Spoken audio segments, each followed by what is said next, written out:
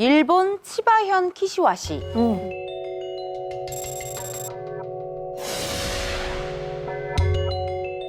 30대 남성 타카히토는 일본 내 취업 인기 직종 중 하나인 은행 취업에 성공을 했는데요. 은행을 대표하는 얼굴로 홍보 영상을 찍을 정도로 은행 내에서도 촉망받는 인재였다고 해요. 네. 어린 시절부터 무엇이든 엄마와 상의하고 보는 타카히토는요, 친구들 사이에서 유명한 마마보이였어요. 특히 타카히토의 엄마 에미는 엄마가 공교롭게도 오해를 할 수 있었던 상황이에요. 그러니까요. 특히 타카히토의 엄마 에미는 아들 교육과 관련해서는 한치의 양보도 없었는데요. 공교육부터 사교육까지 철저하게 관리를 했기 때문에 타카히토는 엄마가 짜놓은 설계대로 움직일 수밖에 없었고 직업 또한 엄마에 의해 선택당하다시피 직업까지. 결정하게 된 거죠. 네. 타카히토는 자신과 똑같이 엘리트 코스를 밟고 성격이 좋아 인기가 많았던 동료 마이코와 2년 동안 연애를 하게 되고 결혼을 하게 됩니다. 마이코. 마마보이 남자였는데 결혼 생활은 괜찮았습니까? 이야기 너무 잘해주신 게요. 네. 결혼한 타카히토는 마마보이의 삶을 청산한 듯 했어요. 웬일? 오직 아내만 바라보며 알콩달콩한 신혼을 보냈거든요. 아내 마이코가 너무 행복하다며 SNS에 글을 남기기도 했거든요. 남편이 준 생일 선물. 내가 생각한 것보다 훨씬 좋은 사람인 것 같아. 세상에나. 그리고 두 사람이 결혼한 지 4년째 되던 해에 어여쁜 딸이 태어나면서 이보다 더 완벽할 수는 없다라며 굉장히 좋아했다고 하더라고요. 아이를 낳을 때까지 아무 문제 없으면 이제 그러니까요. 계속 문제가 없을 텐데. 그러니까 4년 동안 괜찮았고. 딸은 무럭무럭 자라서 2살이 되었고요. 두 사람은 둘째를 낳을 계획을 세우기도 했다고 합니다. 네. 그런데 2018년 3월 18일 네네. 새벽 5시에 남편 타카히토가 경찰에 체포됩니다. 어이? 갑자기 남편이? 네. 왜? 체포가 된 이유가 뭐죠? 아내를 살해하고 시신을 유기한 혐의로 체포가 된 거였어요.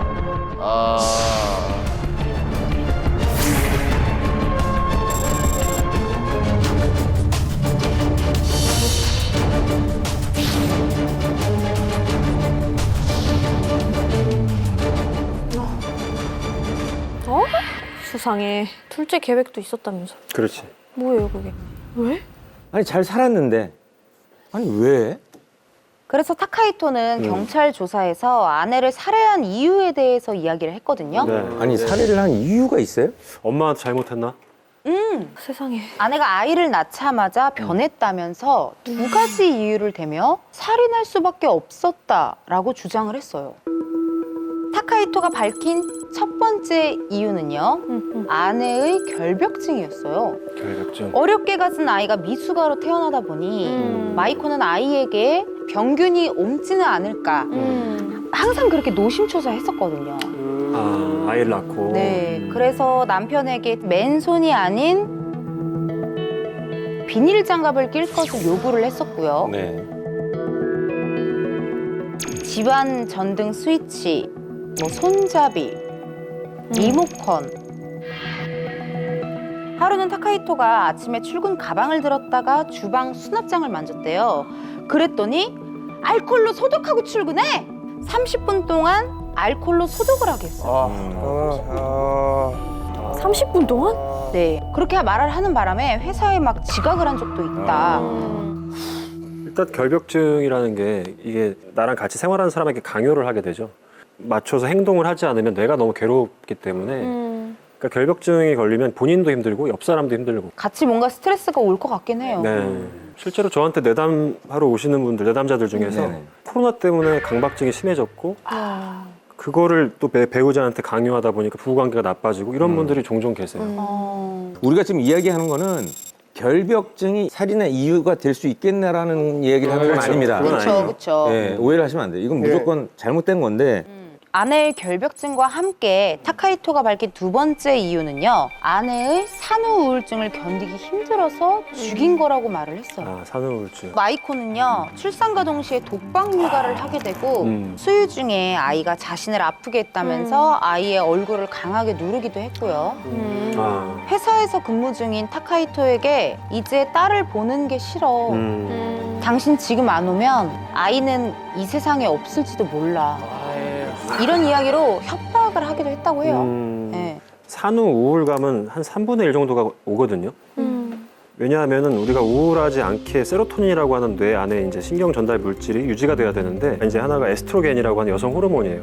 출산 직후 뭐 갱년기라든지 아니면 생리 전이라든지 호르몬 불균형이 심해질 때 우울증이 잘 와요. 근데 여성분들이 그래서 이제 우울증이 남자보다 한 2배 정도 높거든요. 근데 산후 우울증이 무서운 게 아이한테 모든 원망을 하기 쉬워져요. 아, 내가- 대상이 생기는구나. 그리고 이제 사이코틱 심톰이라고 하는데 정신병적인 증상이 동반이 되면은 이렇게 지금 누굴 죽인다거나 혹은 내가 자해를 한다거나 이 위험성이 확 증가할 수 있거든요. 그러네요. 그래서 되게 치료를 꼭 해야 되는 사실 상태죠.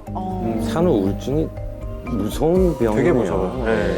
저는 아기 낳고 발에 땀이 없어졌거든요. 우리 엄마들처럼 건조해지는 거예요, 몸이. 체질이 변하는구나. 그래서 나는 막 맨날 발꿈치 관리하고 내 몸은 이렇게 됐는데 남편은 아직도 촉촉해. 촉촉하고 갑자기 화가 나는 거예요. 남편 발꿈치 하나 때문에요?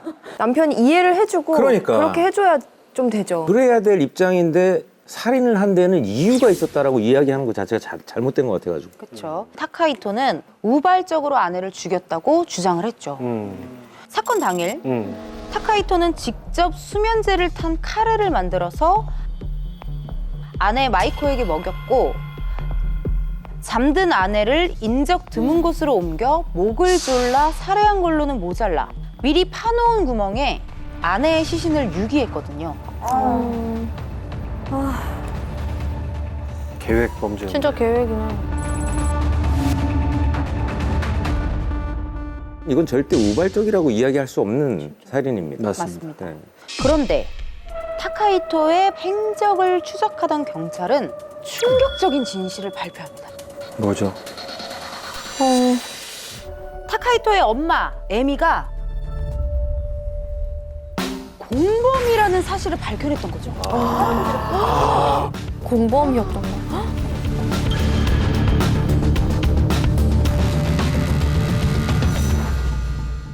며느리가 상태가 안 좋으면 치료를 받게 해야 되는데. 할머니가 돼가지고. 아 이게 이제 어쨌든 엄마가 아들을 도운 겁니까? 아니면 엄마가 아들을 조종한 겁니까? 맞아, 맞아.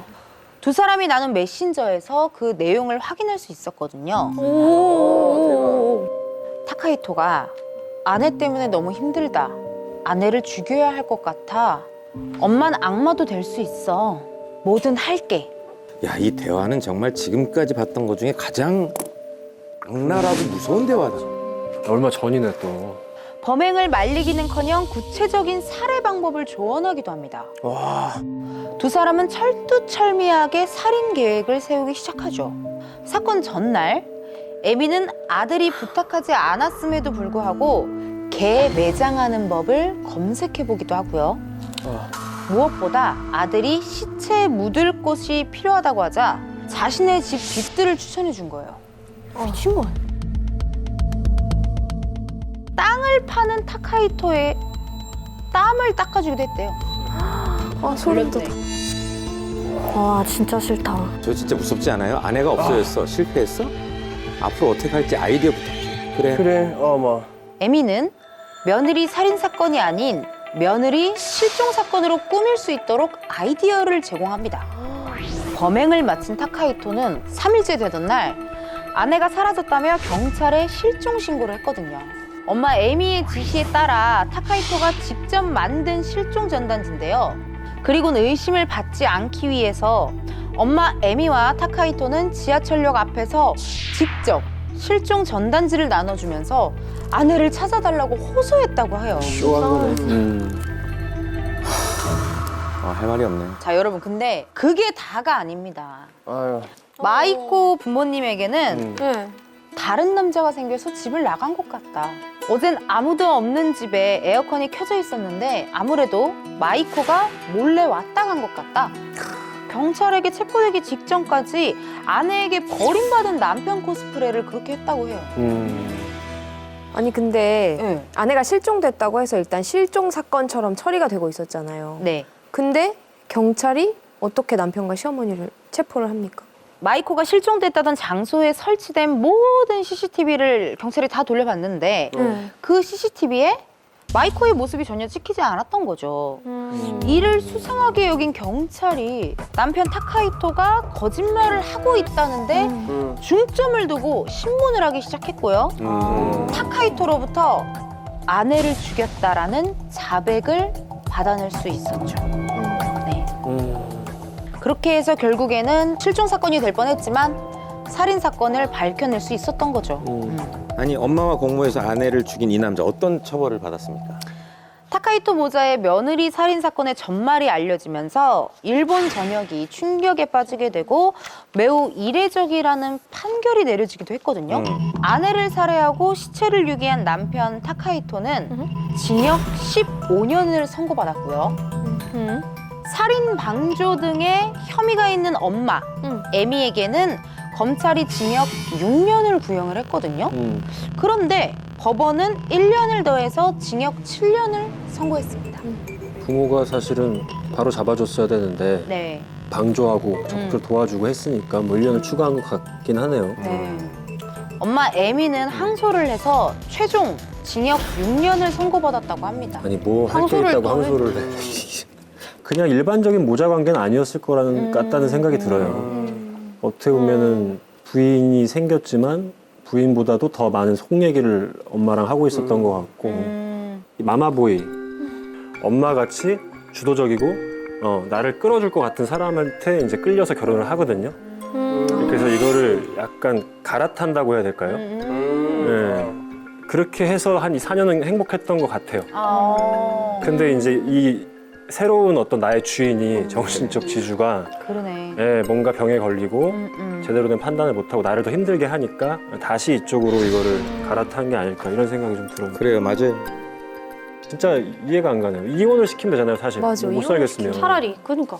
때로는 진짜 장미의 전쟁이 영화보다 더 독하고 아유. 악랄해요. 이게 맞아요. 영화에서도 이런 스토리는 맞아요. 못 봤어요. 네. 아 근데 저 애는 무슨 잘못이에요?